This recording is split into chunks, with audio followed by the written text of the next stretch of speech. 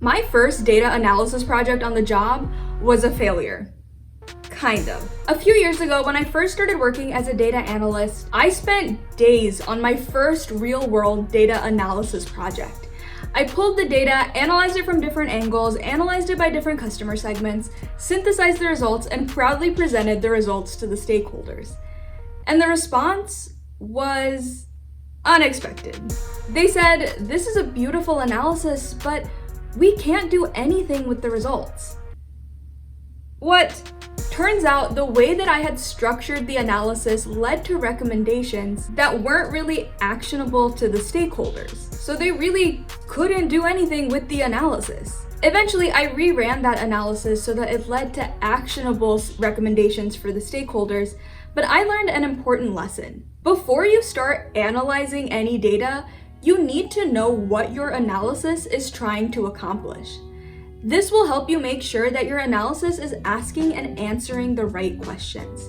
And the right questions are determined by who your business stakeholder is, what they care about, and in my case, most importantly, what can they impact? I don't want you to have the same experience as me, so in this video, I am going to go over how to make sure you are doing the right analysis. Because the wrong analysis, or one that doesn't lead to any impact, is kind of a waste of everyone's time, both the stakeholders and yours. And we'll go through an actual example data set too, so you can see how to actually come up with these questions. So first, let's look into our example data set. Here we have a YouTube analytics data set. This is actually the analytics for my channel. I wanted to go through, analyze it, see what I could find. You can see here we have things like views, subscriber counts, click-through rates, average watch time, and more by video, by region, by day, etc. So that transitions us to our first step.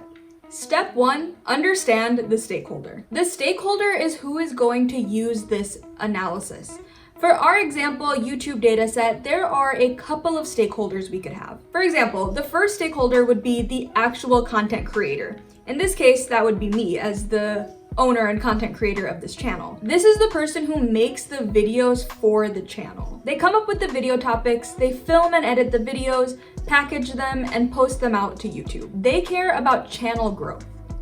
Another stakeholder we could have is a brand sponsor. This stakeholder is a person who determines if their product can be advertised by the creator of this channel. They care about what audience the channel is reaching and how much engagement this channel is getting. Understanding who your stakeholder is before you do any analysis is very important because different stakeholders care about different things. And you want to make sure that your analysis addresses what your specific stakeholder cares about, because the same data set can tell dozens of stories. The stakeholder of the analysis determines which story matters. So for our example, let's say that our stakeholder is the content creator or the owner of the YouTube channel. Once we know who our stakeholder is, we can move on to step 2.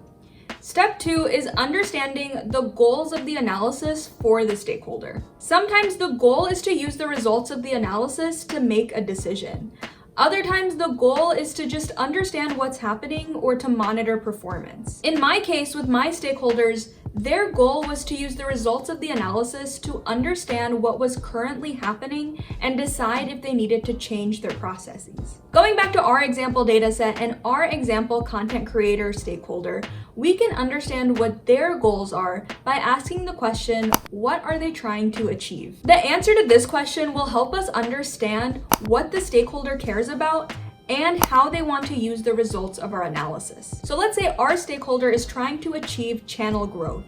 This can include things like growing the number of subscribers, getting more views, getting more engagement, etc. So they care about knowing what their current channel performance is and deciding what content to make so that they can achieve that channel growth. So our stakeholder wants to use the results of the analysis for monitoring and decision making. Knowing what a stakeholder's goals are will help you define what questions you need to ask and answer in your analysis.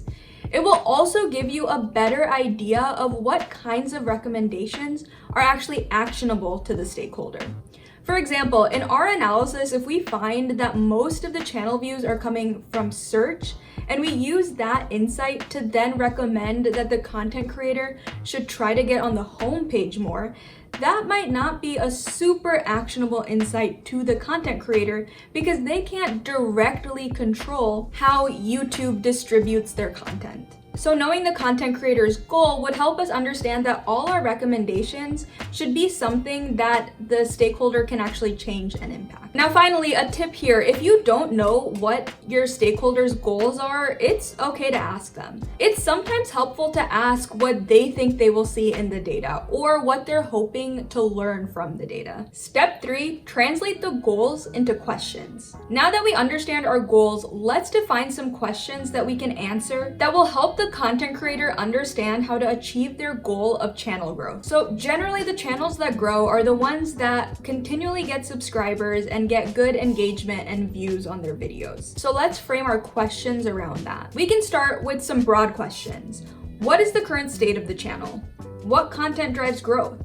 What keeps viewers engaged? And how are people finding my content? Now, for each of those broad questions, we can break it down into more specific data-driven questions that can help answer that overarching broad question. So for that first one, what's the current state of the channel? We could ask things like, how have views, watch time, and subscribers changed over time? We can look at what topics have been published most frequently. The answers to these questions will help the content creator understand what the current overall performance is. Then when we look at what content drives growth, we can break that down into questions like, what topics generate the most subscribers? Which videos have the highest subscriber conversion rate?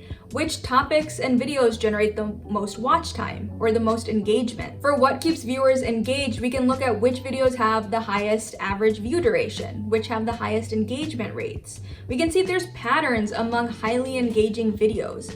We can see if certain traffic sources produce more engaged viewers. And finally, for how are people finding my content, we can break that down into what traffic sources drive the most views, which drive the most subscribers, which have the highest watch time, and which countries generate the most views or watch time. The answers to these questions will help the content creator decide what type of content to make more of so that they get more subscribers and views to their channel. And in turn, they can grow their channel. So once you have these questions defined, and only after you have these questions defined, can you move to step 4. Step 4 is analyze the data. This is the step where you'll actually use SQL, Python, and dashboarding tools to pull your data, run the analysis, and visualize the results. And actually, in my next video, I'll go over how to use Python to answer those questions we defined and run this analysis. So stay tuned for that. Now, we only went through these steps for one example stakeholder, the content creator. But let's quickly look at how the analysis changes if we change our stakeholder. So let's say our stakeholder was the brand sponsor instead. Their goal would be to understand if this creator reaches the right audience for their product and if this creator has high engagement rates. Some example questions to answer here could be things like, what are the main audience segments of this channel? What is the average amount of engagement on the channel in terms of likes and comments? What is the reach of this channel? Or how many views do they get on average? You can see here how this analysis would use the exact same data set, but would lead to a completely different analysis. And the only thing that changed was the stakeholder. Now, some closing notes to keep in mind. The first is that this is an iterative process. Sometimes you define your questions, run the analysis, and nothing interesting shows up. Or your analysis might lead to information that the stakeholder already knows, so it's not super useful to them. In those cases, you have to iterate through this process. You'll have to define different questions and then run your analysis again and see if you find anything interesting or useful for your stakeholder. And the second note is that you can use AI to help you in this process. Sometimes if I'm having a hard time coming up with questions to ask for the analysis, I'll use AI to help me. I'll give it a description of the stakeholder, what their goals are, what data I have, and ask it to help me brainstorm some questions for the analysis. In the end, I have to decide which of these questions would be most impactful and most useful to the stakeholder, but AI can really help you get the brainstorming process started. So going back to my failed data analysis project, the mistake I made wasn't analyzing the data incorrectly. It was answering questions that the stakeholders couldn't do anything with. Essentially, I didn't make sure that I was answering the right questions. I know as an entry-level data analyst, you might think that the most important skill is having the most efficient Python code, or the best SQL query. And knowing Python and SQL is important, don't get me wrong, but making sure that you can define the right questions is important as well. Especially now, AI can write pretty solid code, but at least as of right now, you still have to make sure that you're answering the right questions. Going through these steps helps me when I'm trying to figure out what to analyze. And hopefully it can help you too the next time you might be stuck on what to analyze. Let me know, is this similar to the process you use? Are there any steps that I missed that you use to make sure you're asking the right questions? I'd love to know. Thank you so much for watching this video, and I will see you in the next one.